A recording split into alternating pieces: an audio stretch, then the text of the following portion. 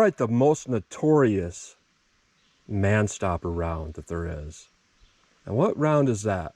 That is the 357 mag 125 grain semi-jacketed hollow point. And the Remington and the Federal version of this were really high up there on stopping power numbers. And there's charts that show it as 96% one-shot stop out of a 4-inch barrel, like this 4-inch barrel Smith & Wesson 686 I have here. So I am going to test it through this, and I'm going to test it through the 2-inch Taurus 605 as well. But when you talk about stopping power, a lot of people get kind of upset about that. They think, well, it doesn't exist. But the thing we have to understand is that a lot of this data is coming from law enforcement. There was a lot of self-defense shootings with this particular round in a 4-inch barrel. So not only do the charts show it as 96%, but there's a really big real-world line of credibility that comes along with this round that a lot of cops are saying, hey, I fired one round and that was all it took. So very interesting rounds here, and I got these things for only 74 cents a round. So in modern times, when you can get, like, you know, defensive hollow point 357s for, you know, no less than $2 a round, that might be a pretty good deal here. The Remington UMC, which is the same thing as all the other Remington versions. And the Remington's a little different than the Federals because there's a lot more exposed lead, so that might play into this test. So I am going to go through the chronograph and see what kind of velocity and accuracy I get at the same time. And then I'm going to use clear ballistics like I have typically been doing. I got about 3 inches of clear ballistics to represent like impacting a pectoral muscle after going through 4 layers of denim, and then 1/4 inch medium density fiberboard to kind of represent like a ribs or sternum hit, and then to more clear ballistics. Now typically something like a 9mm hollow point is going to stop somewhere around 13 inches or so, maybe 14, 15, which adding 2 inches to that would be more like 16, 17 inches. And we're just going to see, though, if there's a difference with the semi-jacketed hollow point hitting this versus a traditional one. I'm not going to fire a traditional hollow point, but basically that's what you're getting. You're getting somewhere in this range, and you're just getting an expansion. That's all you're getting. And then after this test, I'm going to fire from a little bit of a distance. I think I'll just do 25 yards and just see what kind of practical accuracy and follow-up shots I can get with a round like that. So let's get started with this test. All right, I'm about 5 yards from the target, 4 yards from the chronograph. Right in the box it says 1450 feet per second, so that's good that they have the numbers listed right on there. Let's see how close I get to 1450 feet per second out of my 4-inch barrel. 1403, 1396, 1433, 1352. 1383, let me fire another round. 1378, so below rated velocity. That doesn't mean it's not any good, it just means it's a little bit low. Let's see how the 2-inch barrel compares. All right, 2-inch barrel Taurus 605. Let's see what kind of velocity we get with this. 1261, 1221, 1193, 126, 1168. So we had a similar amount of just inconsistent velocities there. But let's hit our ballistics Joe block and see how these compare to each other. All right, first up I have my 4-inch barrel. I'm going to go through the medium density fiberboard, and then we'll do a shot without the medium density fiberboard to represent a gut shot, and we'll see how they compare. So here we are, through the MDF.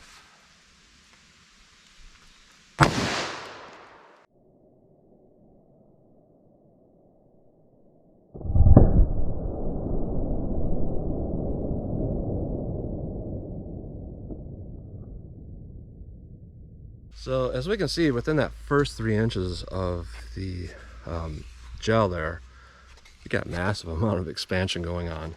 And then when we line up this block here, we can see we're definitely got fragmentation. Now we're looking at about 13 inches even of our damage path, which would be about 15 inches. But we also have petals of this stuff just shaving off and just explosion going on here. This is a massive amount of damage. When you look at that, and we're looking at it about 5 to 6 inches in, which would be about 8 inches in, that is just this massive explosion going on that would be happening right away in someone's chest cavity. So when you look at something like this, there's no question of why it ranks 96%. Let's try it with our quote-unquote gut shot underneath and see how that compares. All right, let's try it with no medium density fiberboard and see how this does.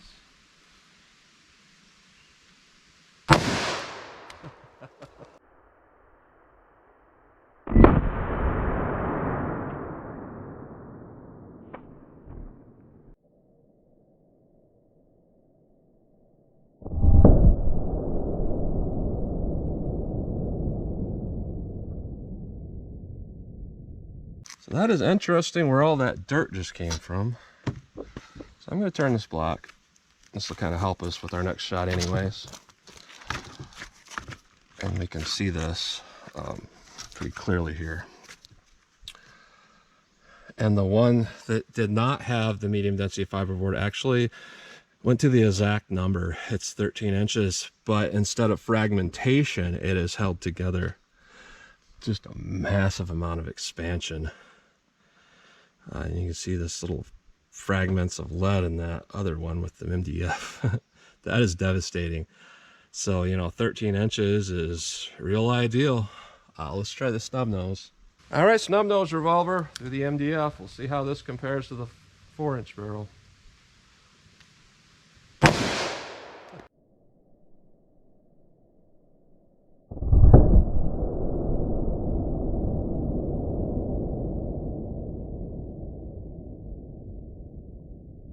And we got almost as much of a size hole through that MDF. So this is a little bit different. Our bullet sucked all the way back, but we're looking at 10.5, which would be 12.5 without the MDF typically. So that's just enough penetration. It just kind of sucked back, but we're definitely not seeing the same thing through the snub nose as what we're seeing through the 4-inch barrel. So let's do our quote-unquote gut shot and see how that compares. All right, no medium density fiberboard. We'll see what this does. All right.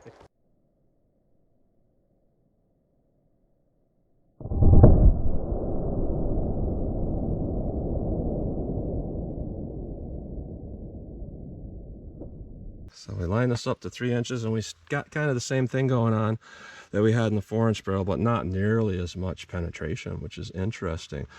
We have 11 inches, just 11 inches after going through that denim, but we have really good expansion on all of these.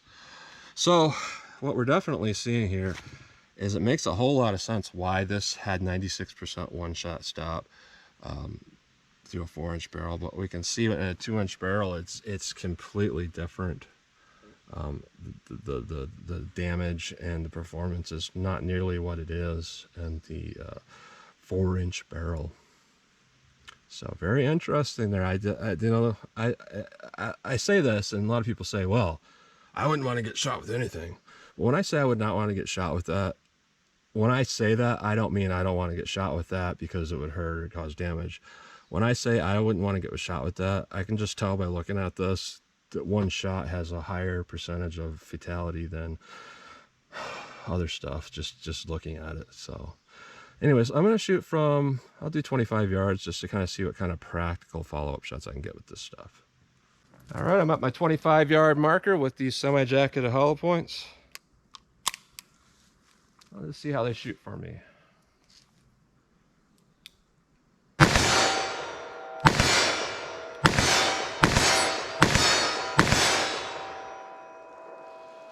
I felt really confident with those, and the recoil on this is almost nothing. Let me try the snub nose. All right, snub nose revolver. Let's see how I can do with this.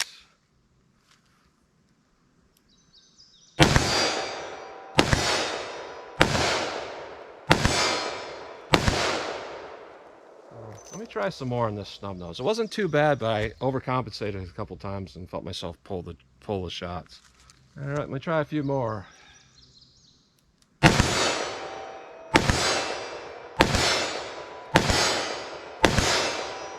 All right, not too bad. Let me try some more with the 4-inch barrel. I really, really like the way these things shoot in this 4-inch barrel. The snub nose, it shoots fine, but it, you know, they're just not as controllable. And that gun doesn't fit my hand quite as well as this one. But try some more. Like I pulled one. Let me try a couple headshots, see if I can actually do that from 25 yards here.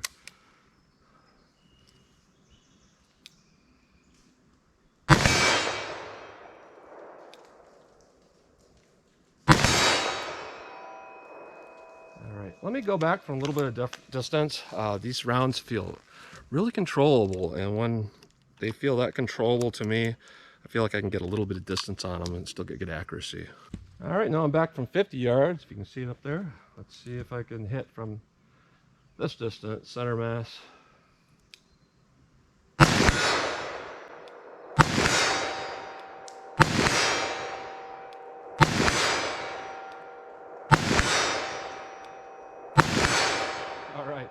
Well, now I gotta go back to 75. All right, I got 5 rounds left in my pocket, so let's do 5 rounds from 75 yards here.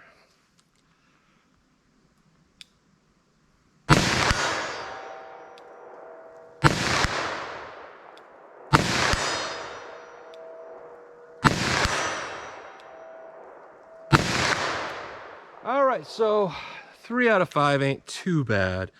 I probably could have done better if I focused a little bit better, but I'm going to say this ammunition seems really great overall. And I believe those stories of the 96% one-shot stop.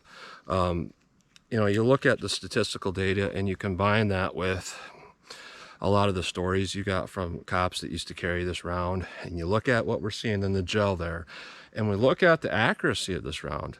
That all points to that story being correct, that it has a 96% one-shot stop. I believe it 100%. It's just easy to shoot well. It doesn't have a lot of recoil, and it just explodes when it hits something like ribs or sternum. And that's something to take into consideration. A lot of people say, well, the 357 SIG nowadays, that copies the 357 Magnum. And honestly, it doesn't. And the reason why is because the 357 Magnum has a semi-jacketed hollow point, not just a jacketed hollow point. So what happens is when it hits that ribs or sternum, it just explodes out, and there's a lot more just fragments and stuff, and that's what causes things to stop. I've shot deer in this woods, and I've shot them with 12 gauge. I've shot them with 444. Does okay, but I've actually shot them with a 270 Weatherby Magnum, and you get that same effect where you have a lot of velocity and that bullet fragments, and they just drop. So there's a lot of legitimacy to this particular round. So for 74 cents a round, even though the velocity wasn't that consistent, this is still one of the best rounds out there. This is still the Notorious Manstopper that modern ammo really can't live up to. So that's what you get today. So as always, comment, share, and like, and thanks for watching.